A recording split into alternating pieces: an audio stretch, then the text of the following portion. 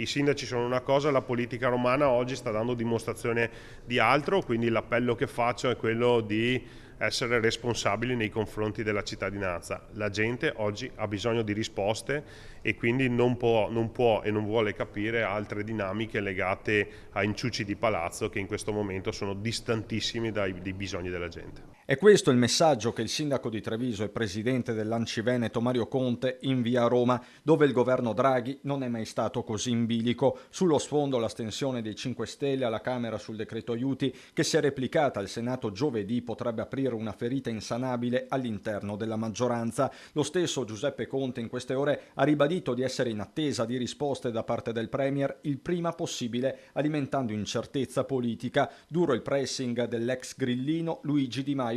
Il Movimento 5 Stelle dica se è dentro o fuori all'attacco Forza Italia. Chiediamo quindi al Presidente Mario Draghi di sottrarsi a questa logica politicamente ricattatoria e di prendere atto della situazione che si è creata.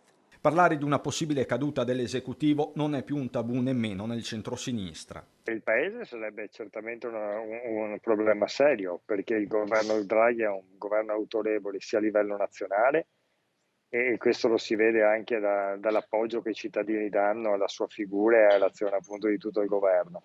E poi sarebbe una sciagura anche dal punto di vista delle relazioni internazionali. Buttare alle ortiche a un momento come questo, così delicato, un patrimonio di questo tipo sarebbe certamente una sciagura, ma poi io credo che sarebbe un errore politico anche per i 5 Stelle. Dinamiche che potrebbero quindi impazzire da un momento all'altro. Gli stessi amministratori del territorio ne sono consapevoli. Venerdì a Vicenza sono stati convocati gli stati generali dei comuni veneti, a cui sono stati invitati a partecipare anche diversi ministri come Gelmini, Bonetti, Brunetta e Giovannini, stati generali che si concentreranno sui temi concreti. Altrettanto si chiede ai palazzi centrali del potere. I sindaci sono totalmente dedicati a dare risposte alle comunità che stanno vivendo un periodo post-pandemico molto complicato, con una guerra in Europa in corso e con un futuro davvero molto incerto. Stanno crescendo i problemi legati agli aspetti sociali, c'è molta preoccupazione per quanto riguarda il lavoro, quindi i sindaci sono in trincea quotidianamente per dare risposta alla nostra comunità,